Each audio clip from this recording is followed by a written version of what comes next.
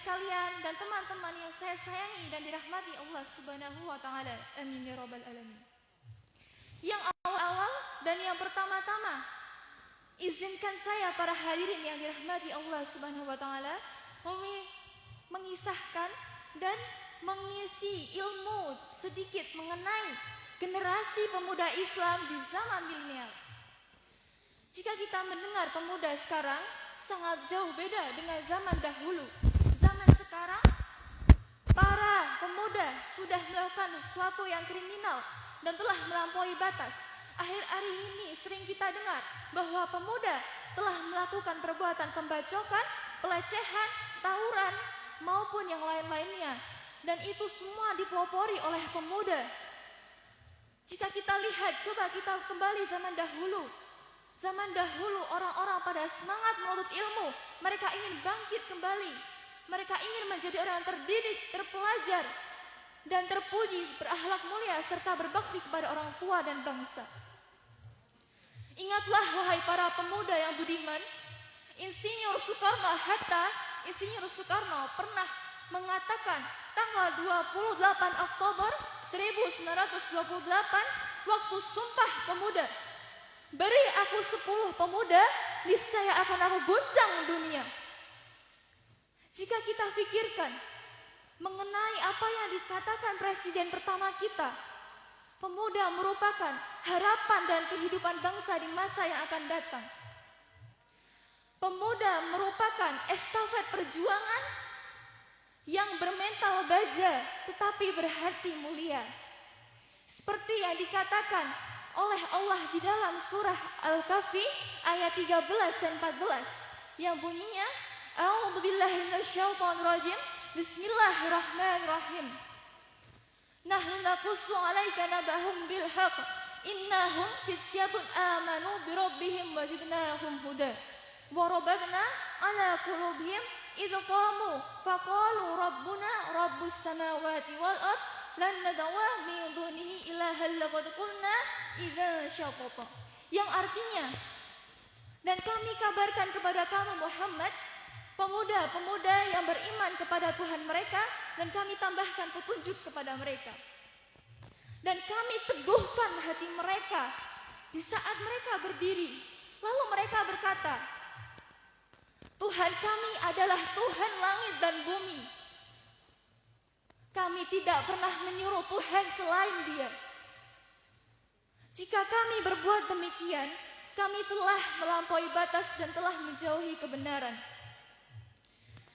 Dalam surah itu kita bisa melihat bahwa siapa seorang pemuda yang disukai oleh Nabi Muhammad SAW, yang dicintai oleh Allah Subhanahu wa taala dan disebutkan oleh Al-Qur'an. Siapakah pemuda itu? Ialah pemuda dalam 7 golongan. Yang pertama, ialah pemuda yang menjadi pemimpin yang adil, pemimpin yang bijaksana, tapi dapat menyelesaikan masalah dengan baik, tidak curang. Dan yang kedua, ialah pemuda yang saling mencintai karena Allah, mereka bertemu karena Allah, lalu berpisah karena Allah. Seperti kisah putri Rasulullah SAW, Fatimah Az-Zahra dan Ali bin Abi Thalib yang mencintai dalam diam tapi sudah dinikahkan oleh Allah di langitnya. Yang ketiga, ialah pemuda yang hatinya terikat oleh masjid. Ia selalu datang tepat waktu di saat waktu azan sudah datang, dan ia melaksanakan sholat malam maupun bertaubat setiap harinya. Dan yang keempat, ialah pemuda yang tumbuh dalam naungannya. Ialah pemuda yang dia dari kecil sudah dididik oleh orang tuanya maupun gurunya menjadi seseorang yang baik dan berakhlak mulia.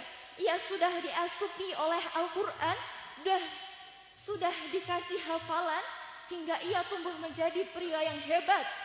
Seharusnya kita bersyukur menjadi pria maupun wanita yang seperti itu.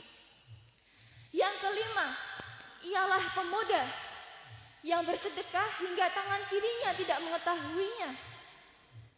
Beliau merupakan pemuda yang jika bersedekah, ia hanya mengharap cintanya Allah. Beliau tidak pernah mengharap surga neraka, dan beliau juga tidak pernah mengharap pujian-pujian manusia. Beliau tidak riak. Dan yang keenam, ialah pemuda yang menangis saat berzikir. Pemuda itu merupakan pemuda yang sangat tulus hatinya kepada Allah Subhanahu wa taala. Beliau tidak pernah mengeluh saat kita disuruh oleh guru kita untuk melaksanakan ibadah kepadanya. Dan ketujuh, ialah pemuda yang hatinya dekat sekali dengan Al-Quran. Itu adalah pemuda yang sangat Allah sukai, yang mengamalkan apa yang di dalam Al-Quran dan mengetahui semua isi-isinya maupun menghafal semua ayat-ayatnya. Kita ambil hikmah dari semua apa yang saya sampaikan.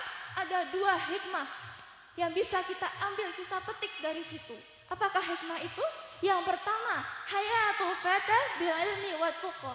Kehidupan seorang pemuda tidak lepas dari ilmu dan ketakwaan. Dan yang kedua, yaitu iskarima mutsyahidan, hidup mulia atau mati syahid. Jika pemuda sekarang memilih hidup mati, hidup mulia atau mati syahid. Hidup mulia, kita mempunyai barang-barang yang kita punya, iPhone lah segalanya.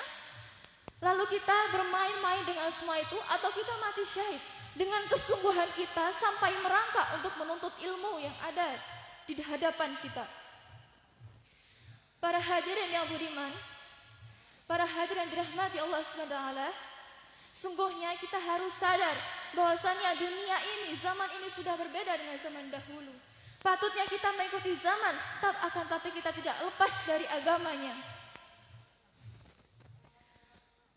Para hadirin yang dirahmati Allah SWT, semoga apa yang saya sampaikan ini, saat kita sudah keluar dari majelis ini, kita bisa mengamalkan apa yang sudah kita dapatkan dari sini.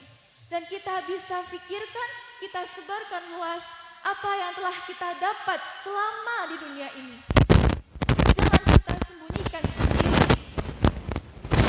Kalau maafkan saya bila saya ada salah selama ini, dan maafkan saya jika ada salah perkataan, itu benar-benar datangnya dari saya.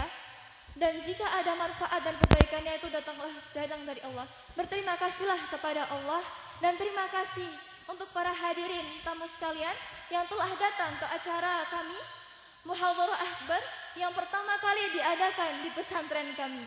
Semoga apa yang kami telah usahakan dalam majelis ini bisa berbuah dengan baik dan bisa maju untuk kedepannya. Amin ya rabbal alamin. Terima kasih.